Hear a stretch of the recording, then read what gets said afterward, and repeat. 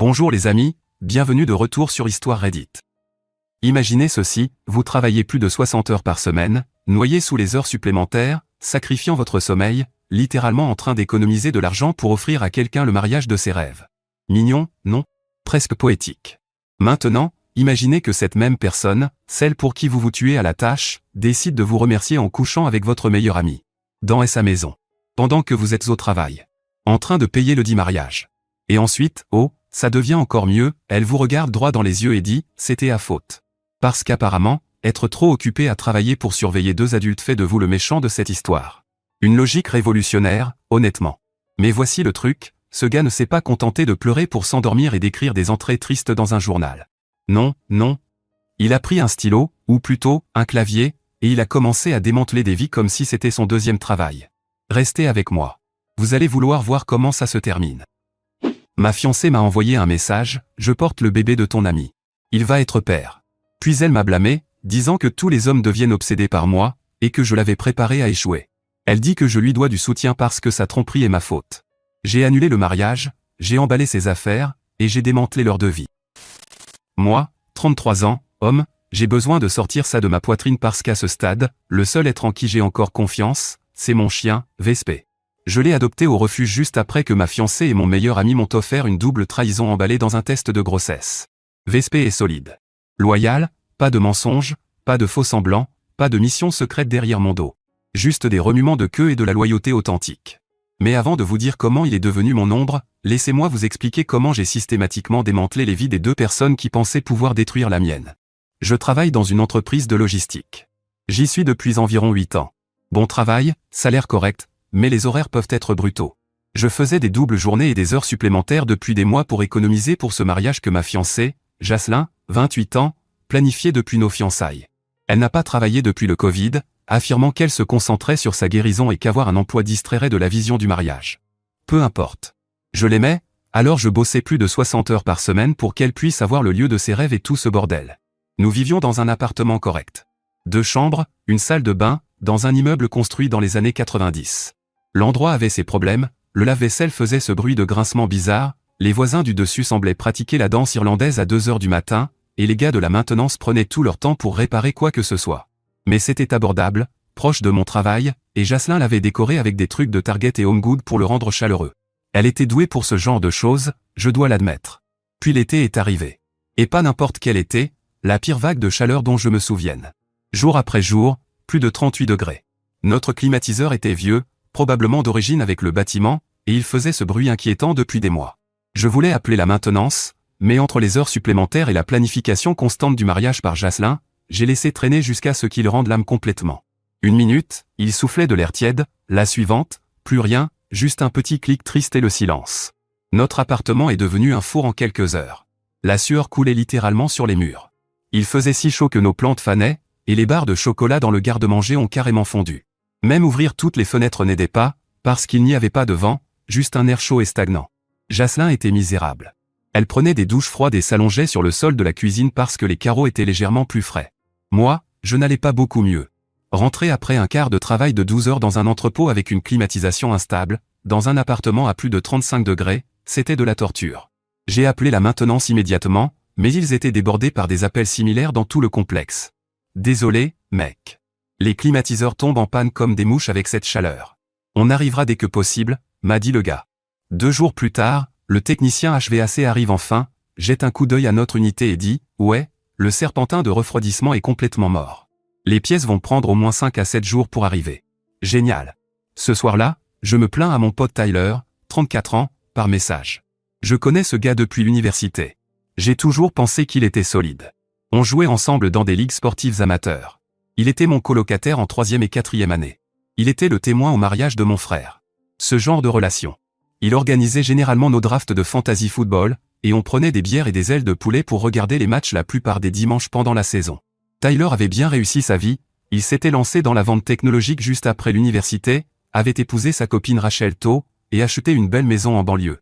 Rachel est infirmière pédiatrique, une femme super gentille, toujours à apporter des cookies faits maison aux réunions et à demander des nouvelles de tout le monde. J'ai toujours pensé qu'ils avaient un bon mariage, mais j'imagine qu'on ne connaît jamais vraiment les gens, non? Donc je lui écris à propos de notre cauchemar avec la climatisation, et il m'appelle immédiatement. Frérot, vous pouvez rester chez moi jusqu'à ce que ce soit réparé. J'ai la clim centrale, la chambre d'amis est prête. Rachel est partie voir ses parents dans le Michigan pour la semaine de toute façon. Une réunion de famille. Je n'étais pas convaincu. Je déteste m'imposer aux gens. Ça me donne l'impression d'être un parasite. En plus, Tyler et moi étions proches, mais pas au point de rester chez l'un ou l'autre pendant une semaine. Merci, mec. Mais on peut probablement trouver un hôtel pas cher ou quelque chose comme ça. Avec cette chaleur, tous les hôtels de la ville sont complets avec des gens dans la même situation. Sérieusement, la chambre d'amis est vide. Rachel a déjà préparé le lit avant de partir parce que sa sœur devait venir, mais elle a annulé. Tout est prêt. J'hésitais encore, mais quand j'en ai parlé à Jaslyn, elle était enthousiaste. La maison de Tyler? Avec la piscine et la grande cuisine? Bien sûr. Ce sera amusant, comme des petites vacances. En plus, tu pourras vraiment dormir entre tes quarts au lieu de te noyer dans ta propre sueur. Elle avait raison. J'étais déjà épuisé par les heures supplémentaires, et l'idée d'essayer de dormir dans une chaleur de plus de 32 degrés pendant une semaine n'était pas très attirante. Et les hôtels étaient hors de prix avec la vague de chaleur. Alors nous avons fait nos bagages et nous sommes allés chez lui. La maison de Tyler était belle. Une maison à 2 étages avec un sous-sol aménagé, et la climatisation centrale à fond. Le paradis comparé à notre appartement. Il nous a montré la chambre d'amis. Lit king size, salle de bain privée, tout le confort. Faites comme chez vous, a dit Tyler en nous faisant visiter. Le frigo est plein. Servez-vous. Le mot de passe Wi-Fi est sur le frigo. Restez aussi longtemps que nécessaire. Avec le recul, j'aurais dû remarquer à quel point il était enthousiaste. Il y avait des signes. Des petits détails. La façon dont il insistait sur le fait que Rachel serait absente toute la semaine. Comment il avait nettoyé la maison impeccablement avant notre arrivée. Les nouveaux draps sur le lit d'amis. Mais j'étais trop fatigué, trop confiant. Les premiers jours étaient assez normaux. Je partais travailler vers 5 heures du matin, et je rentrais vers 8 ou 9 heures du soir. Jaslyn et Tyler étaient généralement dans le salon à regarder une série ou simplement à discuter. Rien ne semblait suspect. Tyler ramenait des plats à emporter pour eux. Jaslyn aidait à garder la maison propre. Ça semblait être un arrangement correct. Tyler avait cette énorme télévision intelligente dans le salon avec tous les services de streaming imaginables. Jaslyn était au paradis. Chez nous, on avait juste le câble de base et Netflix. Elle n'arrêtait pas de parler de toutes les séries qu'elle rattrapait. Tyler m'a montré cette série géniale sur HBO, disait-elle. Ou bien, Tyler et moi avons commencé ce documentaire sur les sectes. Toujours Tyler par-ci, Tyler par-là. Je n'y pensais pas vraiment à ce moment-là. Ils étaient coincés à la maison toute la journée. Bien sûr qu'ils allaient regarder la télé. Jaslyn semblait aussi très enthousiaste à l'idée d'utiliser la cuisine de Tyler. Elle n'avait jamais vraiment cuisiné chez nous. On commandait surtout à emporter ou on faisait des trucs simples comme des pâtes. Mais soudain, elle expérimentait toutes sortes de recettes. Tyler m'a appris à faire les fameuses lasagnes de sa mère, me disait-elle fièrement. Encore une fois, je n'y pensais pas vraiment. J'étais juste content qu'ils s'entendent bien et qu'elle ne s'ennuie pas. Mais au 3e jour, j'ai remarqué quelque chose d'étrange. Tyler était soudain devenu le plus grand casanier du monde. Ce gars allait à la salle de sport tous les matins sans exception, jouait dans une ligue de football le week-end, avait toujours quelque chose de prévu. Il postait constamment sur Instagram depuis des restaurants, des bars, des terrains de golf. Mais maintenant, il travaillait à domicile tous les jours. Il ne quittait jamais la maison. Même pas pour prendre le courrier. J'ai trouvé ça bizarre, mais je me suis dit qu'il essayait peut-être juste d'être un bon hôte. Qu'il ne voulait pas laisser Jaslyn seule chez lui toute la journée. Ça avait du sens, non? Il y avait d'autres choses aussi. Des petits détails. La façon dont Jaslyn était toujours fraîchement douchée quand je rentrais. Comment Tyler était parfois mal à l'aise avec moi. Trop amical une minute, distant la suivante. Comment ils avaient toutes ces blagues internes après seulement quelques jours. J'ai aussi remarqué que Jaslyn s'habillait différemment chez Tyler. À la maison, elle restait généralement en jogging et avec un de mes vieux t-shirts. Mais chez lui, elle portait toujours ses petits shorts et débardeurs. Il fait chaud, disait-elle si je le mentionnais. Oui, il faisait chaud. Mais sa maison était à 20 degrés avec la climatisation à fond. Au 4e jour, j'avais envie de partir. Je ne pouvais pas vraiment l'expliquer. J'avais juste cette pression sourde dans la poitrine, comme si on restait trop longtemps ou qu'on dérangeait l'ambiance. Et puis, quelque chose me disait de partir. Je n'étais pas à l'aise. J'ai appelé l'entreprise HVAC 2 fois ce jour-là, les suppliant presque de nous faire passer en priorité. J'ai dit à Jaslyn que c'était juste parce que je détestais m'imposer. Mais la vérité, c'est que mon instinct avait déjà commencé à me parler. Chaque fois que j'appelais, il disait « On attend toujours le fournisseur, monsieur ». La vague de chaleur a retardé tout le monde. Pendant ce temps, je travaillais ces doubles journées avec un objectif précis. Jaslyn avait jeté son dévolu sur cette salle de réception qui demandait un acompte de 5 000 $. Un de ces anciens espaces industriels rénovés en centre-ville, avec des murs en briques apparentes et ses ampoules Edison suspendues partout. Très Instagram. Très cher. J'allais lui faire la surprise. J'avais tout planifié. Je l'emmènerais dîner dans ce restaurant italien qu'elle aimait. Je lui dirais que j'avais sécurisé la salle. Je lui montrerais le reçu. J'imaginais à quel point elle serait heureuse. Comment elle pleurerait probablement. Comment elle ferait une scène au restaurant. Comment elle posterait sur les réseaux sociaux avec 1 million d'émojis en forme de cœur. À la fin de la semaine, on a finalement reçu un appel du technicien HVAC. Notre appartement était prêt. Nouveau serpentin installé. Système rechargé.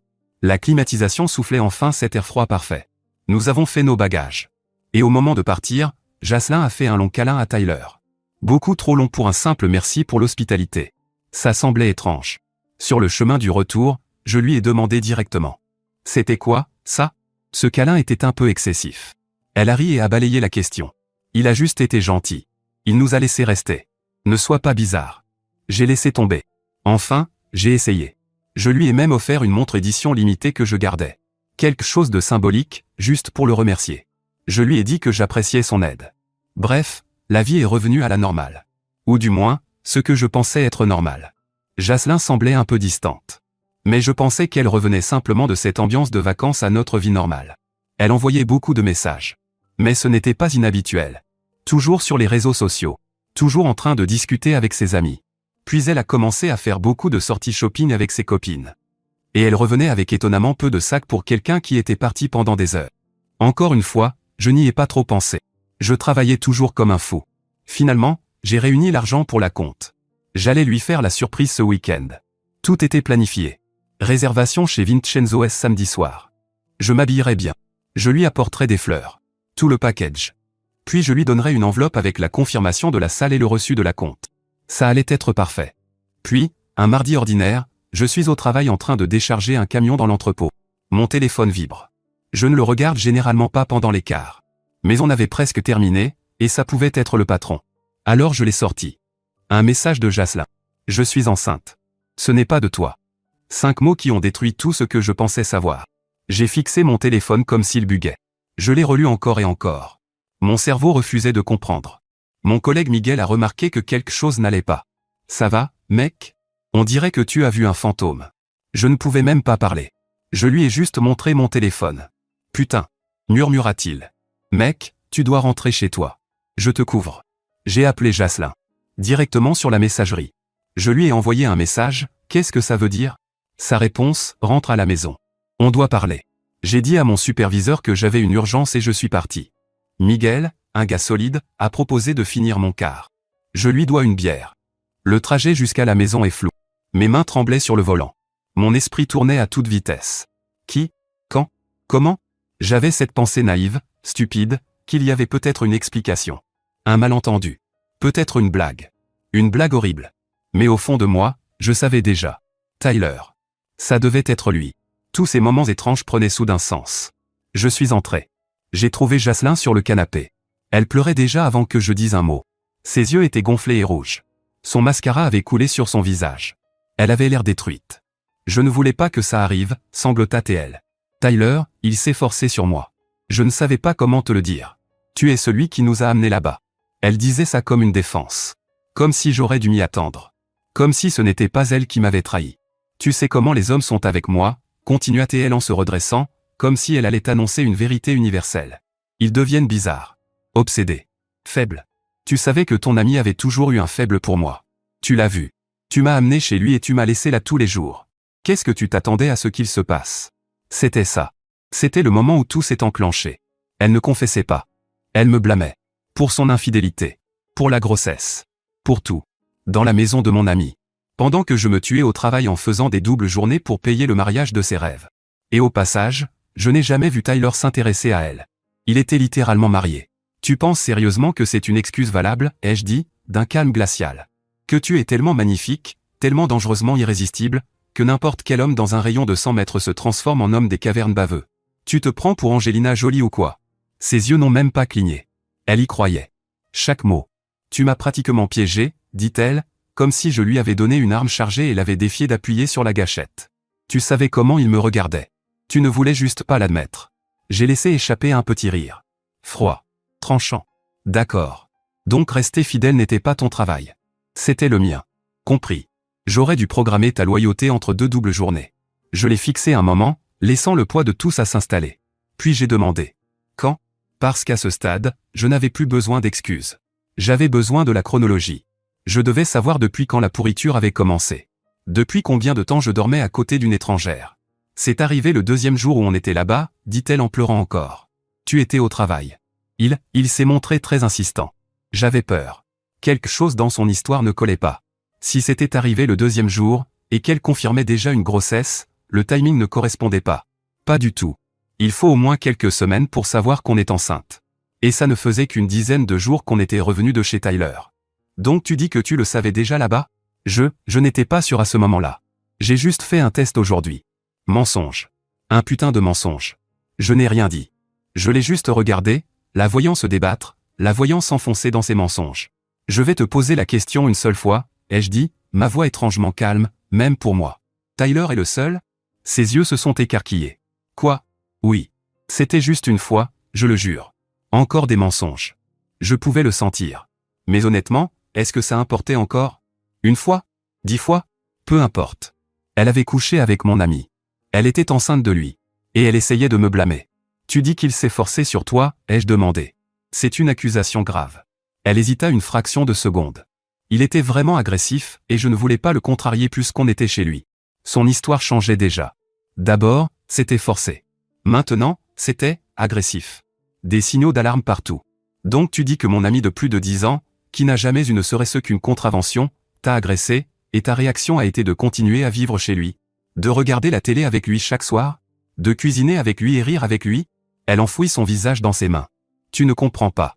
C'est compliqué. Non. C'est très simple, ai-je dit. Tu mens. Sa tête se releva brusquement. Je ne mens pas. Pourquoi je mentirais à propos de ça? Parce que la vérité est pire. Tu n'as pas été agressé. Tu as eu une liaison. Et maintenant tu es enceinte, et tu essaies de faire porter la faute sur moi. Elle éclata en sanglots encore plus forts. Ce n'est pas vrai. Je t'aime. Pourquoi je détruirais tout pour Tyler? C'est ce que j'aimerais savoir. Elle continuait de pleurer. Je n'ai pas crié. Je n'ai rien cassé. Je suis juste sorti de l'appartement et me suis assis dans ma voiture pendant environ 2 heures. Puis j'ai commencé à appeler les prestataires. Annulant tout pour le mariage. Les acomptes pouvaient aller en enfer. Il n'y aurait pas de mariage. D'abord la salle. Je suis désolé de vous informer que nous n'aurons plus besoin de l'espace. Oh, je suis désolé de l'apprendre, monsieur. Puis-je demander la raison de l'annulation? Changement de plan.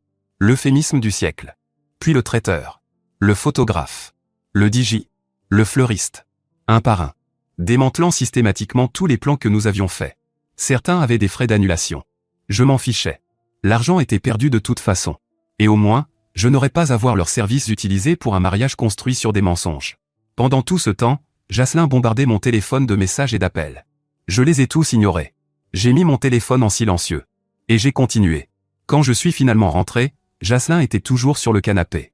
Comme si elle n'avait pas bougé. Son maquillage était complètement ruiné. Des traces noires coulaient sur son visage. Ses yeux étaient rouges et gonflés. Elle me regarda avec une expression étrangement pleine d'espoir. Comme si je lui avais pardonné. Comme si j'avais décidé d'élever l'enfant de mon ami et de prétendre que tout allait bien. Je vais rester à l'hôtel ce soir, ai-je dit. Tu devrais réfléchir à où tu vas vivre. Quoi, Alta-TL? Tu me mets à la porte? Dylan, s'il te plaît, on peut arranger ça. Il n'y a plus de nous. Il y a toi. Ton bébé. Et Tyler. Moi, je pars. Mais je t'aime, gémit elle. C'était une erreur. Tyler a profité de moi. Je l'ai regardé. Fais tes valises. Je veux que tu sois parti d'ici ce week-end. Tu ne peux pas faire ça. On est fiancés. C'est ma maison aussi. En réalité, non. Ton nom n'est pas sur le bail. Tu ne paies pas de loyer. Tu es essentiellement une invitée. Et je te dis qu'il est temps de partir. Où suis-je censé aller? Je n'ai pas d'argent. Et à qui la faute? Elle avait été parfaitement capable de travailler pendant 2 ans. Elle avait choisi de ne pas le faire. Et maintenant, c'était mon problème? Je te suggère d'appeler tes parents. Ou une de tes amies. Ou peut-être Tyler. Il semble aimer t'avoir chez lui. Elle recommença à pleurer. Tu es tellement cruel. Ce n'est pas toi. Tu as raison. Ce n'est pas moi. Mais découvrir que ma fiancée m'a trompé avec mon ami et est enceinte de son enfant, ce n'est pas toi non plus. Ou du moins, je ne le pensais pas. On s'est tous les deux trompés. J'ai pris quelques vêtements, mon ordinateur portable et mes affaires de toilette. Et je me suis dirigé vers la porte. Ne change pas les serrures pendant mon absence, ai-je dit. Je reviendrai demain vérifier. C'est tout, sanglota TL. Tu jettes 3 ans pour une seule erreur? Je me suis retourné vers elle. Absolument. Puis je suis parti. J'ai passé la nuit dans un Holiday Inn. Je n'ai presque pas dormi. Je rejouais tout dans ma tête, cherchant les signes que j'avais manqués. Il y en avait beaucoup. Maintenant que je savais quoi chercher. Les douches fraîches. Les blagues internes. Les murmures dans la cuisine. Tout pointait vers une seule chose. Et j'avais été trop aveugle pour le voir. Le lendemain, après cette nuit horrible dans cet hôtel bon marché, j'ai confronté Tyler. Je l'ai attendu dans ma voiture en face de chez lui. Je l'ai vu sortir. Je me suis approché. Calme. Jaslyn est enceinte. Elle dit que c'est de toi. Félicitations. Son visage fit une expression étrange. Pas de choc. Pas de honte. Juste de l'agacement. Comme si j'avais interrompu sa journée pour une connerie. Tu avais besoin d'un endroit où rester, et je t'ai laissé rester chez moi. Et maintenant tu me balances ça? Sérieusement? Aucune honte. Tu t'es forcé sur elle, ai-je demandé, connaissant déjà la réponse au fond de moi. Il ricana. C'est ce qu'elle t'a dit? Mec, tu devrais te demander pourquoi elle inventerait un truc pareil. Donc tu n'y avoir couché avec elle? Pour la première fois, il sembla à court de mots. Écoute, elle m'a dragué, d'accord? Qu'est-ce que j'étais censé faire? Je ne sais pas, Tyler. Peut-être ne pas baiser la fiancée de ton ami? Peut-être ça? Ce n'était pas comme ça. On traînait juste ensemble, on regardait un film. Elle portait ses petits shorts qu'elle porte toujours, assise très près de moi. Une chose en a entraîné une autre. J'ai serré les poings, luttant contre l'envie de lui fracasser son visage stupide. Une chose en a entraîné une autre. C'est ton excuse. Tu ne tombes pas accidentellement dans la fiancée de ton meilleur ami.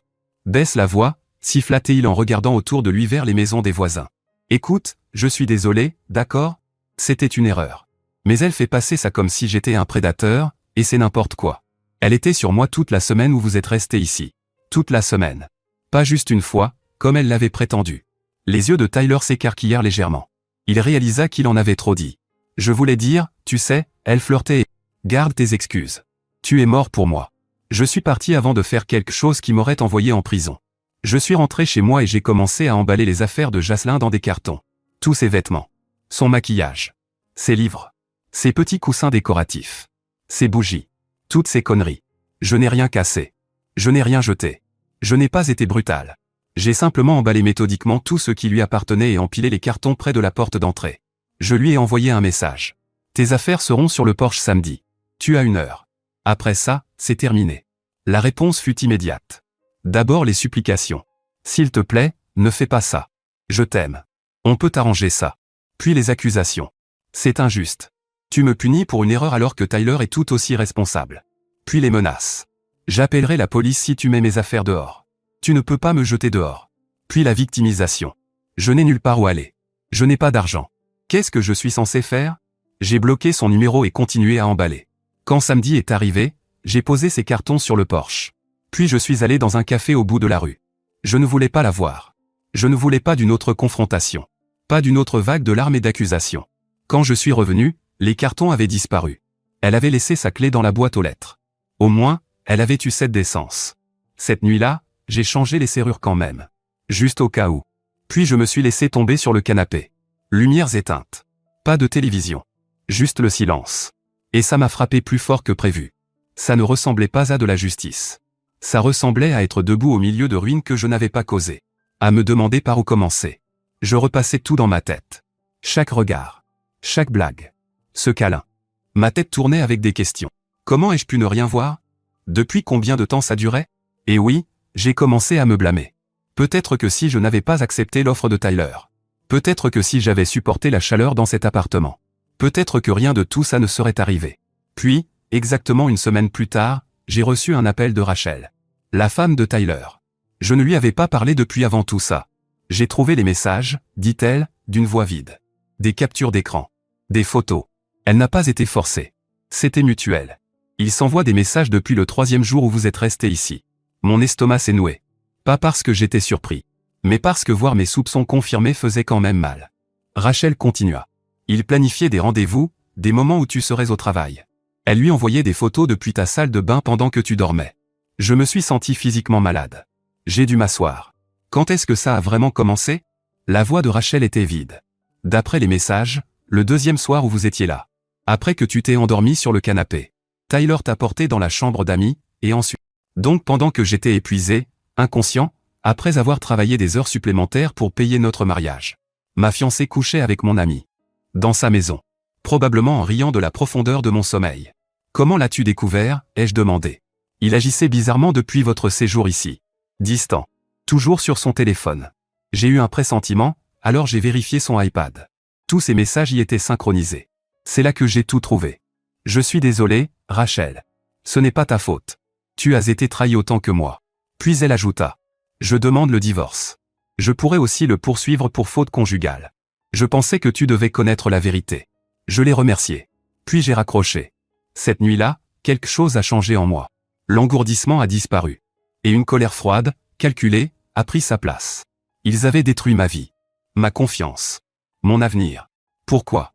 Quelques plaisirs bon marché? Eh bien, ils allaient payer. Tous les deux. J'ai commencé par rassembler des informations. Rachel était une mine d'or. Blessée. En colère.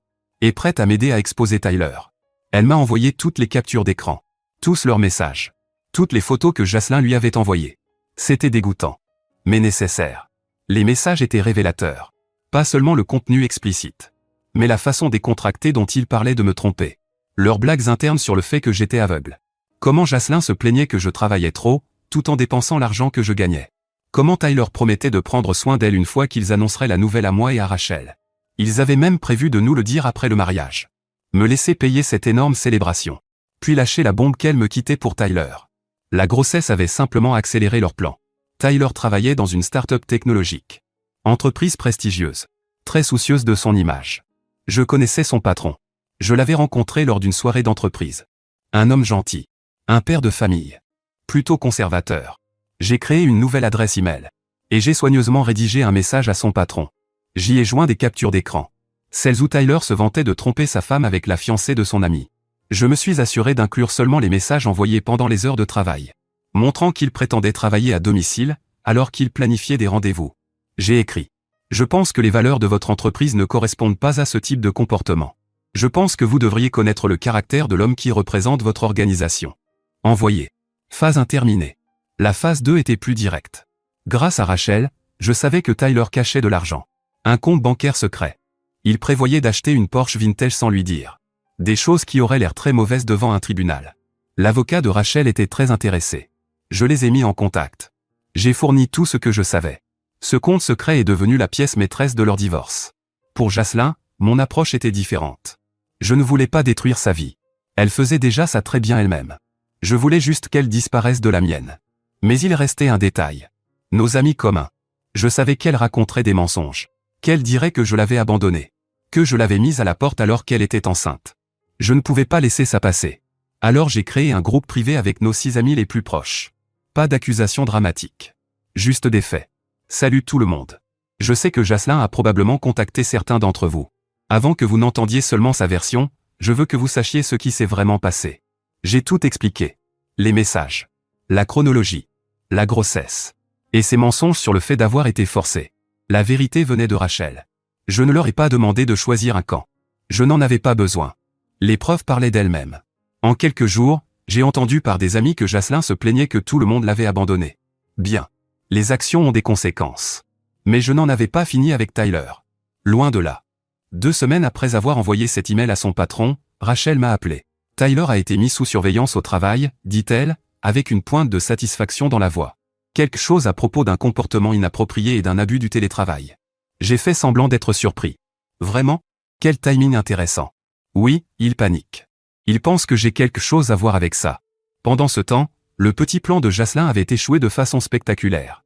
Tyler ne voulait plus rien avoir à faire avec elle ni avec le bébé. Il ne répondait plus à ses appels. Il l'avait bloqué partout. Apparemment, il n'était pas intéressé par le rôle de papa. Quelle surprise. J'ai appris par nos amis communs qu'elle essayait maintenant désespérément de faire marche arrière. Elle disait aux gens que peut-être le bébé était le mien, après tout. Elle essayait de reprendre contact avec moi. Trop peu. Trop tard. Les problèmes de Tyler ne faisaient que commencer. Sa mise sous surveillance signifiait qu'il ne pouvait plus travailler depuis chez lui. Il devait être au bureau de 9 à 5 chaque jour. Sous surveillance étroite. Son activité secondaire, un business de dropshipping qu'il gérait pendant ses heures de travail, était désormais impossible à maintenir. J'ai entendu dire que ses revenus avaient chuté lourdement. Puis le divorce est arrivé. L'avocat de Rachel était impitoyable. Utilisant les preuves d'infidélité et le compte bancaire caché pour tout lui prendre. Tyler risquait de perdre la maison. La moitié de sa retraite. Et de payer une pension importante. Mais je n'étais toujours pas satisfait. Cet homme avait été mon ami pendant des années. Je lui avais fait confiance. Et il avait couché avec ma fiancée dans sa maison pendant que je travaillais pour payer un mariage qui n'aurait jamais lieu. Il méritait plus qu'un divorce et une sanction professionnelle. Alors j'ai lancé la phase finale. Il rêvait d'ouvrir sa propre entreprise. Il en parlait depuis des années. Un bar sportif avec un concept unique. Toutes les tables auraient des tireuses à bière intégrées, où les clients pourraient se servir eux-mêmes et être facturés au volume. Il avait déjà des investisseurs potentiels. Il cherchait un emplacement.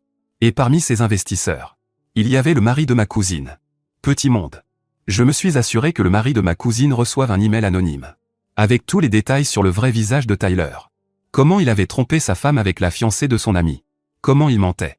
Comment il manipulait. Comment il était indigne de confiance. L'email se terminait par « Voulez-vous vraiment faire affaire avec quelqu'un comme ça ?» Une semaine plus tard, les investisseurs se sont retirés. Le rêve de Tyler? Mort. Pendant tout ce temps, je suis resté silencieux. Je les avais bloqués partout. Je me concentrais sur ma reconstruction. J'ai commencé à aller à la salle de sport régulièrement. J'ai adopté un chien dans un refuge.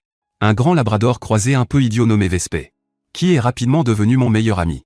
Rachel m'appelait parfois. Comme si on faisait partie d'un club de survivants. Elle dort sur le canapé chez son amie Amber, me dit-elle un jour. Elle travaille à temps partiel dans un magasin de vape. Elle a essayé d'obtenir une pension alimentaire, mais Tyler a exigé un test de paternité. J'écoutais simplement. Je me sentais détaché. Comme si j'entendais une histoire sur des inconnus. Pas des gens qui avaient été au centre de ma vie. Tyler vit maintenant dans un studio, dit Rachel un autre jour. Il dit à tout le monde que je l'ai détruit pendant le divorce. Il joue la victime. Mais il ne peut même plus avoir de rendez-vous. Je n'étais pas surpris. Notre cercle social n'était pas grand. Les gens savaient. Les actions ont des conséquences. Finalement, j'ai aussi pris mes distances avec Rachel. Ces mises à jour, bien que satisfaisantes au début, me retenaient dans un passé que je voulais oublier. J'avais besoin d'une rupture complète. Le divorce avançait. Tyler payait le prix. Jaslyn aussi. Mon travail était terminé. L'argent que j'avais économisé pour le mariage, je l'ai utilisé pour rembourser ma voiture. J'ai installé un système de climatisation haut de gamme dans mon appartement. Ironique, je sais. Et j'ai réservé un voyage en solo en Islande. J'avais toujours voulu voir les aurores boréales. Je méritais des vacances. Vespé s'est avéré être la meilleure décision que j'avais prise depuis des années. Loyal. Affectueux. Toujours heureux de me voir. Sans jugement. Sans mensonge. Sans trahison. Juste une présence sincère. On faisait de longues randonnées le week-end. On explorait de nouveaux sentiers. On campait sous les étoiles. Tout ce que j'avais toujours voulu faire. Mais Jaslyn n'aimait jamais ça. Trop d'insectes, disait-elle. Pas assez de salles de bain. 3 mois après que tout ait explosé, je l'ai croisée à l'épicerie. Elle était là. Devant les avocats. Comme si l'un d'eux lui devait de l'argent. Elle avait l'air épuisée. Survêtement. Chignon désordonné. Cerne sous les yeux. Et un ventre arrondi qu'elle ne pouvait pas nier. Elle m'a vu. Son visage s'est illuminé. Dylan, dit-elle, comme si j'étais son sauveur. Je n'ai même pas ralenti. J'ai essayé de te contacter, dit-elle en attrapant mon bras. Je n'ai pas réagi. Je t'ai bloqué pour une raison. Ça aurait dû s'arrêter là. Mais elle a commencé à supplier. Tyler l'avait abandonnée. Elle n'avait personne. Elle était désolée. Elle m'aimait. Puis elle a tenté le dernier mensonge. Peut-être que le bébé est le tien. J'ai ri. Tu m'as dit que ce n'était pas le cas. Et le timing rend ça impossible. Ses yeux se sont remplis de larmes. C'était une erreur, dit-elle. J'ai répondu froidement. Non. C'était un choix. Une série de choix. Puis je suis parti. Je n'ai même pas fini mes courses. Plus tard ce soir-là, un nouveau numéro m'a écrit. C'était elle. En colère. Tout en majuscule. Elle me blâmait pour tout. Disait que j'avais détruit sa vie. Que j'avais fait virer Tyler. Que j'avais retourné nos amis contre elle. Et vous savez quoi? Elle avait raison. J'avais fait tout ça. Exprès. Et je le referai. La dernière fois que j'ai entendu parler d'eux. Tyler est sans emploi. Il vit dans le sous-sol de ses parents. Jaslyn est retournée dans sa ville natale. Elle travaille dans un magasin de vape. Avec un enfant que Tyler refuse de reconnaître. Ils ont détruit leur propre vie. Je me suis juste assuré que tout le monde le voit. Maintenant, je vis en paix avec Vespé. Il s'avère que la vengeance n'a pas besoin de feu d'artifice. Alors ma famille YouTube, voici mon opinion sur cette histoire. Il se passe beaucoup plus de choses ici qu'un simple « un gars se fait tromper et se venge ». D'abord, Dylan. Écoutez, je comprends. Découvrir que votre fiancé et votre meilleur ami vous ont trahi en même temps, ce n'est pas juste un chagrin d'amour, c'est une véritable crise d'identité. Tout ce qu'il pensait être réel, la relation, l'amitié, l'avenir qu'il construisait, a disparu du jour au lendemain. Et le fait que Jaslyn ait eu le culot de le blâmer? De rester là et dire « tu m'as préparé à échouer ?» Je pense sincèrement que c'est ce qui l'a fait passer de la douleur à la froideur. Et honnêtement, quand quelqu'un refuse d'assumer ne serait-ce qu'une once de responsabilité, vous arrêtez de vous sentir coupable des conséquences qu'il subit. Maintenant, Tyler. Franchement, Tyler est d'un niveau particulièrement bas. Ce n'était pas un moment de faiblesse. Rachel a trouvé les messages. Il planifiait tout ça. Il riait du fait que Dylan ne se doutait de rien. Ce n'est pas une erreur, c'est une conspiration avec un groupe de discussion. Et Jocelyn était pleinement impliqué, envoyant des photos depuis la salle de bain de Dylan pendant qu'il dormait. La trahison avait plusieurs couches, et chaque couche était pire que la précédente. Voici mon avis honnête, cependant, la vengeance de Dylan était calculée, précise, et en grande partie méritée. Mais au milieu de tout ça, j'espère qu'il a aussi réellement guéri. Parce que la vengeance peut donner l'impression d'apporter une conclusion, mais parfois, elle vous maintient simplement dans le même chapitre un peu plus longtemps. Maintenant, les leçons que nous pouvons tirer, parce qu'il y en a de vraies. Votre instinct ne ment jamais. Dylan sentait que quelque chose n'allait pas chez Tyler. Il l'a ignoré. Faites toujours confiance à cette pression dans votre poitrine. La responsabilité est non négociable dans une relation. Dès que Jocelyn a blâmé Dylan pour ses propres choix, la relation était déjà terminée. Quelqu'un qui ne peut pas assumer ses erreurs continuera toujours à en faire votre faute. La loyauté ne fait pas de bruit. Vespé, le chien, n'a jamais dit un mot, et pourtant c'était l'âme la plus digne de confiance dans toute cette histoire. Parfois, les relations les plus sincères viennent des endroits les plus inattendus. Qu'en pensez-vous? Dites-le moi dans les commentaires ci-dessous. Merci de m'avoir regardé sur Histoire Reddit. N'oubliez pas de liker et de vous abonner. On se retrouve dans la prochaine vidéo.